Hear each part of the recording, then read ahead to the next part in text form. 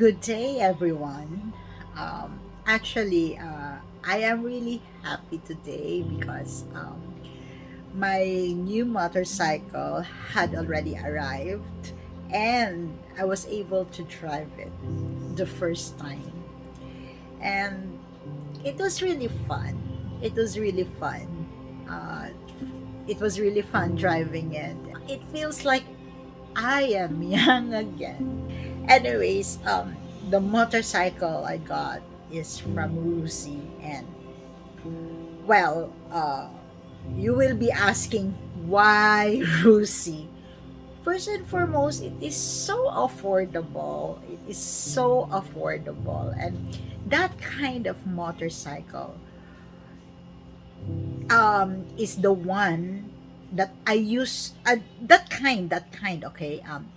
It is it is what I used to drive when I was around 13 years old. 13, 14. But actually I started driving motorcycle when I was 10, and then um 10 and then I had driven the first time that I had driven a four-wheel car is when I was what, 11, 12.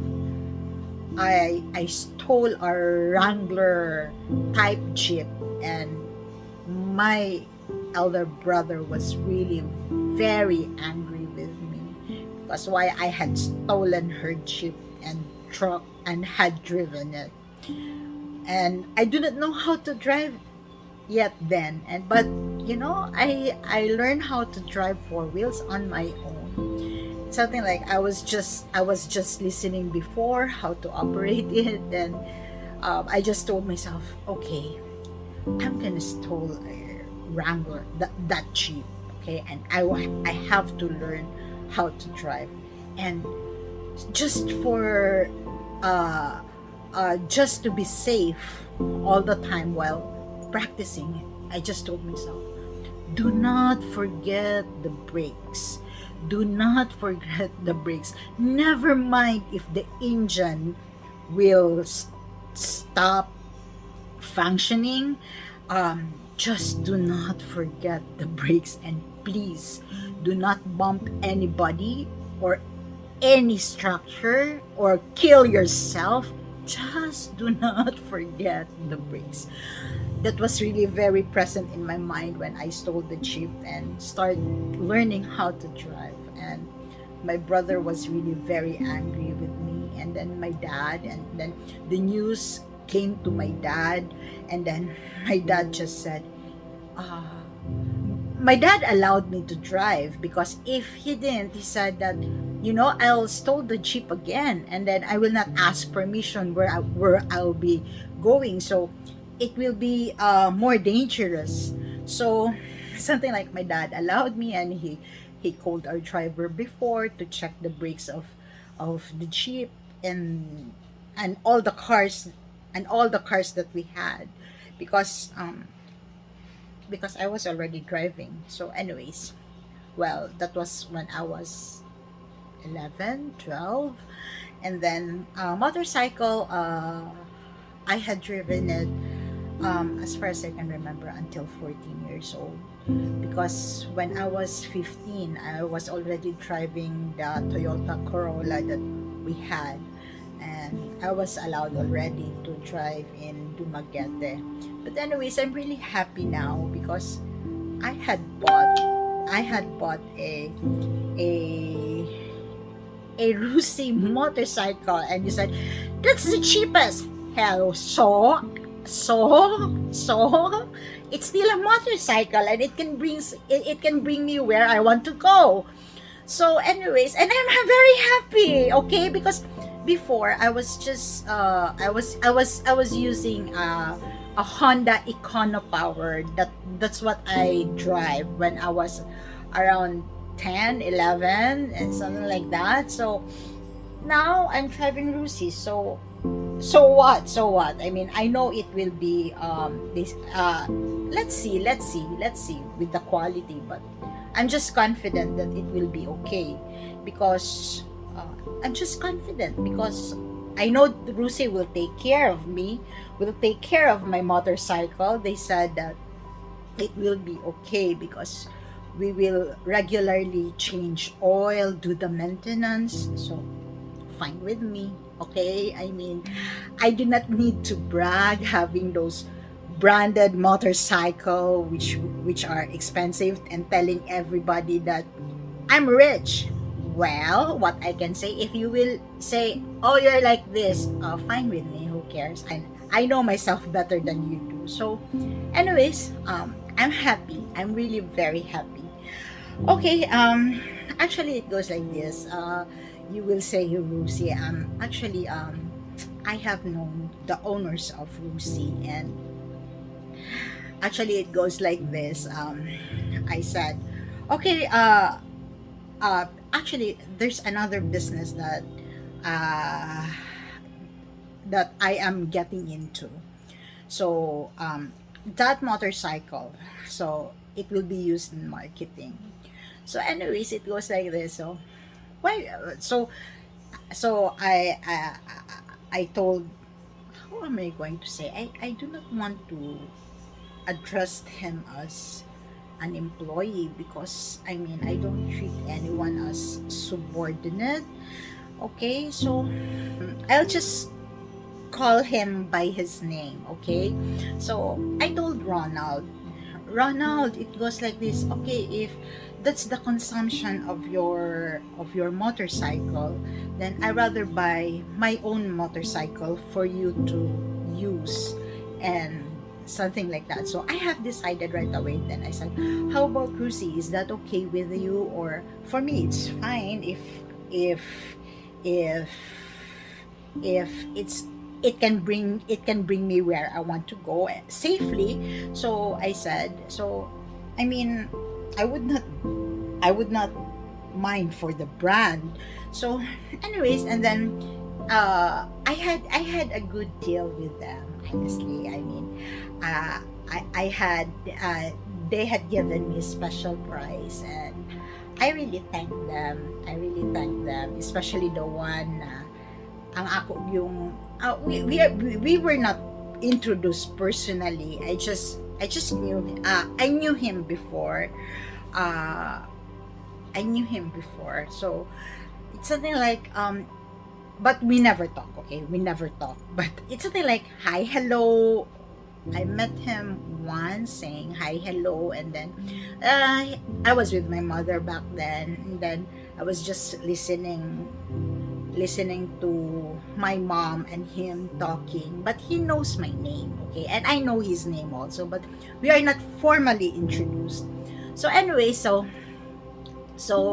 uh, I texted him, and then well, he responded very late, so I have to look for a way to contact Rusi or any branch of Rusi.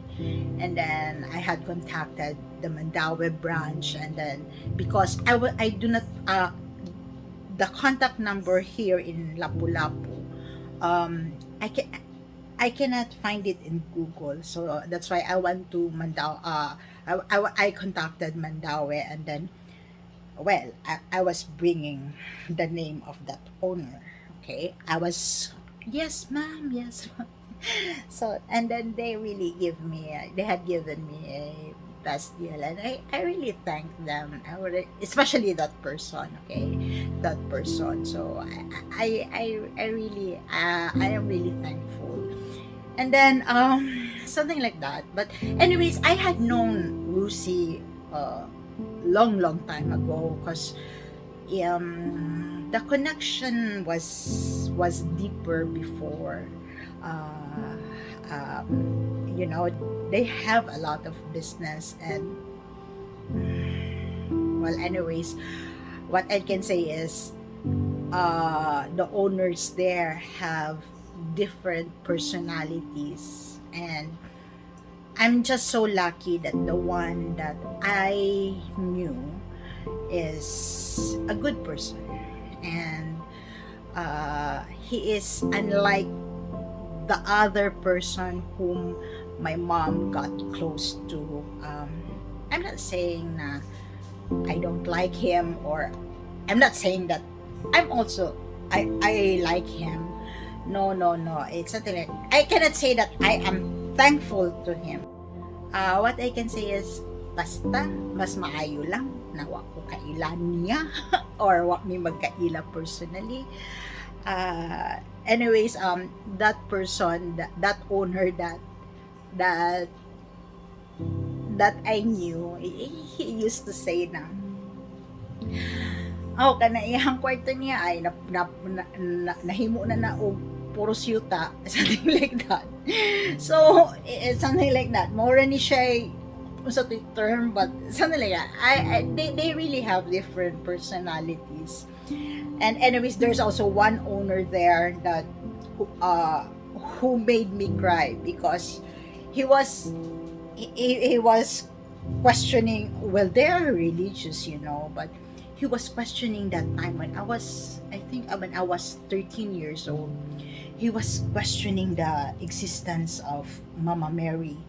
So it's something like, I believe in Mama Mary. That's part of my religion. And he was questioning it. And I was crying because I am a Roman Catholic. And then that time when he was discussing things to me about Roman Catholic belief, it's something like I had already my fair share of, you know, being aware of, you know, God's existence, and then actually I already know my calling back then, and I already opted to be a nun, or I already asked my parents back then that I want to enter the congregation and all these things. And about then they said no, and then I met that guy, and he was questioning about the existence of Mama Mary, and he really made me cry. But anyways, that's why I don't want to talk to anyone there in the owners, except that person that I texted. So because it's something like mahadlok lang ko nila kay mura bitaw I'm sensitive, and unsa niya ilahang masulti nila na basit niya ma-offend ko nga malagot ko. And that person, he made me cry na, and then that other person also, I mean, I really had a not good experience. And then you ask, why man not good experience na kanang kuan man kanang wala man mo nagkailan duha, ana ba? Well, it is like a murabag shootout sa panghitabo nga. Well, RUSI is into lending, right? And before it was it was not formal yet. So it goes like this. Naasad ko kay higawad niya yun kay it's something like me I tell you, me as what I am, one of my business right now. I am well, I cannot say that I am into lending also, but what I can say is I had helped few people. Okay, so kumbaga, what lesson learned before, I really apply to my friends whom I am supporting financially. So it's something like kay in ani man good ni supposedly, one responsibility of a financier is, or yeah, financier, you should also be a financial advisor. Para nako kay kumbaga nakasugal imuhang kwarta ana, dapat imuha pong tudluan, or you have to guide also kana imuhang gipagamit sa imuhang kwarta. something like that. That's really what I do. That's really what I do with my network. So I talk to them, ano ba, and what I tell them is just be honest with me so that I can guide you accordingly. What's my point of view, ano ba, musultig yun ko kay wala lang kay dili ko ganahan nga kung unsa tong nahitabo namo sa una mahitabo sa nila. So something like that. And then you know, to the extent was wala lang, sometimes maka-question ko ba nga ngano man tong ato man to nga kuan ana ba ngano man tong ato man to nga, you know, pait sa kaayo ang experience ba. So that's why nga I would say nga ug mo kang talking to him, mura bitaw mura kog mahadlok ba, mura kog mahadlok cause kuan. But anyways, it's not that I hate them, it's not that. As a matter of fact, nikuha ko nila og kuan motorcycle, and I am happy that I was given a very good deal. And then the store in charge, the one who delivered, I think he has a higher rank, higher position sa company. He said na, yes ma'am, we will help you with the maintenance of the motorcycle. We can send a person to come here so that it will be changed oil, it can be maintained to maintain the motorcycle. And I'm really happy and very grateful. And then ewan ko ba no, RUSI, let me just discuss about RUSI, no, kay kuan man god ka na bitang para nako dili sila iglaing tao, cause there are kuan man god kana mga maayo lang na sila, pero mo lang yun ni katulang yung katong financier ba katong financier ba na lang ko i-question niya ba nga why nga nainato to ana ba, cause I don't deal with him. And then ana nangamukmuk me, and then ana nangtana lang ko, and nganong nainato to. And mingon di ko nga during that time I said, bait kinang kanang ningkamot ka nga wala kay pinang ningkamutan, and you just do not know where the money goes. And for all you know, you are paying this much to them, and then pait sad, pait good, as in mingon ko. That's why moto inana murabag if ever ma-meet na ko siya, murag dili kay ko comfortable na dili kay ko comfortable na matig-istorya niya. I rather talk to that person na lang na katong kaning whose name na ako ang gigamit, whose name na akong gigamit para makakuha kong good deal. And he's really a nice person, you know. I never thought na I will be given this kind of deal. Something like that. Honestly, I never expect, and I really thank you good kaayo. Dili na lang ko ganahan mo mention og name kay para wala lang i-filter lang nako ba, cause ingon man ko nga there are mo na akong ginaingon nga different people, different personality. And then eto ha, kanang tinud-anay na gid ni ha nga kanang which na mura ba kog naka-smell ba o fish ba, okay inani man guni. My mom called that financier. Nga I was beside my mom, and then cause that time man good kana bitong naay mangutang og mga motor. Well, there were a group of people in Vicente Soto nga ganahan mo palit og motorcycle. And then I said, then my mom referred RUSI, something like that. And then he had my mom called that person, my mom called that person, you know, uh, close sila siguro, close man gid sila, cause he used to be the financier of my mother. So kumbaga inana ba nga said na kanang I am referring few people here in Vicente Soto to get a motorcycle from you. And then he said, how much is my commission, and or how much will you be getting me? And then he said, 300 pesos lang, 300 no, 300 pesos, it's not 300 pesos lang, he said 300 pesos per unit. Sabi ko, my reaction back then ko, may ba ng 300 pesos niya? Yung ko nga, well anyways, then okay lang ta kung mayroon na 300 pesos per unit for referral.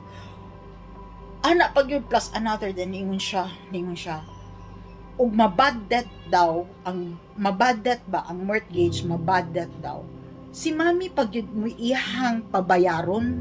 Inana ba si mami pag yun iyahang pabayaron? Ningo, oh my god, ana ba mura bitaw, ningo mami muto niya siya nga muto. I cannot recall how it ended the conversation. And then muto akong giingnan sa mami, sobra naman yan ma'am, sabi ko, sobra naman yan, nagre-refer tayo, tapos nagre-refer dapat. Then I have known, because I have interviewed that person ba nga katong niari diri nako nga unsa man day supposedly kanang inyuhang steps nga para makautang or makakuha og motorcycle niyo, and then for it to be approved para kay murag ang ako amang good, it's a special case, mine is a special case. So ni ko nga what is the usual ana ba.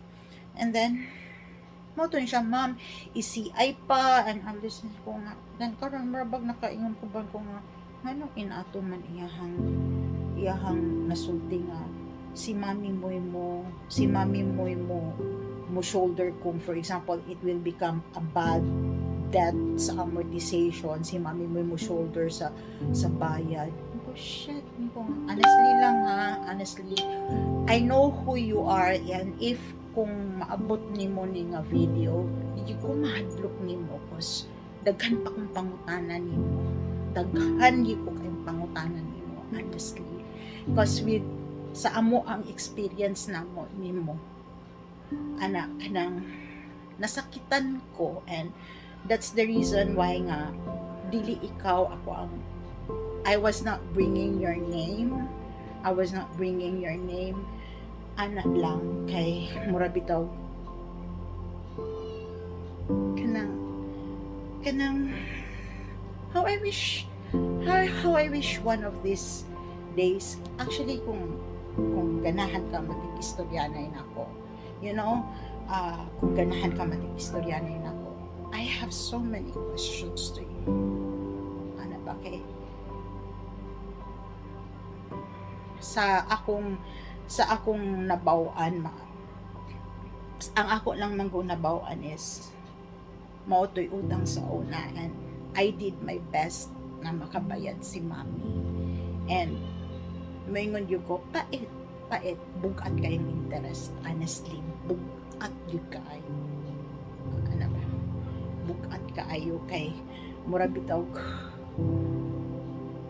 may ang effect was mommy want more, and kumbaga nganong asa pa to bang mga kwarta, and then worst na usamod ni, and we had none, nangawala tanan, ano ba. So that's why kanilang nake ako financier man po ko, honestly, I mean ako mo open up ko ninyo, but kanang mga gipakapot nako sa akong mga kwarta nako, I tell you this, wag gid nako sila pasagdahi. I talk to them constantly, and then I really tell them, I mean I want them to open up things with me kay para for safety nets na, especially pag-abot sa negosyo, operation sa negosyo, and all these things. Cause I told them, dili lalim ang among naagian before. Na ba? So, ina na siya. Ito ha, naalang ko isulti lang ninyo. There are people na mo-profile mo. And whatever is your weakness, tukbong yung kanila sa imuhang weakness. And then, there, usamod ka. Pagka-usamod nimo, na pait ka yung kinabuhi. But we're lucky ha. Because, huwag yun may pasaglipod sa Ginoo. Kaya nakabangon man mi. And then, in the end, I'm able to help people. And it is a help na tinud-anay cute. And karon nga pandemic, I'm still good to them. Bisan to ay kay moingon man po kinsa man po financial institution ron nga wala naka-feel sa contraction sa economy. Grabe naman sad ug naay na spare. So lang, but you know, okay ra gyud ko. Okay ra gyud ko. And I'm just waiting na mamaayo lang tanan that everything maabot gina because we are naaman tas kinaubsan ron sa point sa tuang life. Ug na natas ubos, ug na natas kinaubsan, wala pud siguro pinaka-kinaubsan or pinaka na mo-bounce back na pud siguro ta, pero hinay-hinay lang. So I am just optimistic na nga maulian lang ta. But I'm okay. So maura na siya, and I really thank that one owner there in RUSI. I was bringing his name, and I was really given a good deal. Thank you so much. Thank you. Thank you, good. Thank you so much, good. And then, one good thing or the best thing that happened is, I had ridden that motorcycle, and it really feels like I'm young again. And you see, lumi kayo ako ang smile. Ay, happy yun ko. As in, that's the best part of there. I mean, you know, I was able to get it, and I was driving. Because I never thought, manggod nga, kabalo pa kong drive. Honestly, because even 30 years ka since naka-drive a motorcycle, and you're driving it again. And then, something like, kabalo pa da ko. And then, you know, the air, the speed. It's really nice. I mean, I'm really happy driving it. And then, well, I told my son, ikaw, ganahan ka og mahalon nga motorcycle, maybe the one that is really branded, bragging branded motorcycle. Maybe I told him, if I can afford it, then I'm gonna buy you one. If you are able already, if you are able to know how to drive a motorcycle expertly, okay, so maybe I may consider buying one for you. But I told him, sige, imuhang motorcycle branded, pero magsunod ka ni mami aning RUSI, okay? Happy man ko sa RUSI na, diba? So sabi ko, sinan lang ka, anaon ka, sa inan ka, that OIC said na, katong nga person nga ga-deliver siya. Yes ma'am, ako lang paarian na diri og tao para mo tune up, mo change oil and everything. Ang ko nga, ari na lang ko sa RUSI na lang ko, okay na ko sa RUSI. So, mo daw akong ingnan akong anak ako, magsunod yun kang mami, di kay, usara may speed adang ako ang motorcycle nya mami is already old, and then mami will be driving safely na, dili na reckless driver. Well, I used to be a reckless driver before, you know. Shut good. I mean, I do not want to discuss things with you about how I had driven when I was young. So kumbaga karon safe is always safety na ana. So niko dili na ko overspeed anak, just enough enough lang ang speed. So, what we're going to do is, magsunod yung kang mami niya, considering gamay ang motor ni mami. O ya, ikaw, big bike ka, or unsa na imuhang motor niya diha. So, sunod yung ka ni mami, and I'm your mother. So, you have to take care of your mom. You only have one mom in this world. And then, he was smiling. Ano, if you want also to drive a motorcycle and just do joyriding, I can come with you. And then I let him show. I had showed him the picture, the video that when I had driven the motorcycle, and he was smiling. Oh, looking forward. Anyways, what I can say is, I'm looking forward that my son will be driving with me with a motorcycle. 2 motorcycles, okay? Mother and son tandem. Looking forward to that day. Oh my God, it will really be very nice. And of course, with with his classmates, something like that. And then I will be driving a RUSI, and maybe they will be driving Harley Davidson, unsa pa na diya, BMW, and my son will be driving a well, I'll just say, I just want my RUSI. I just want my RUSI. I mean, oh, never mind. You just use your Harley Davidson, your BMW. Mine is just RUSI, and you just never mind if I cannot cope up with your speed. Okay, I'll just take my time. But the bottom line is, I am happy with the motorcycle that I have. Okay, so thank you for watching, and see you. Good day again.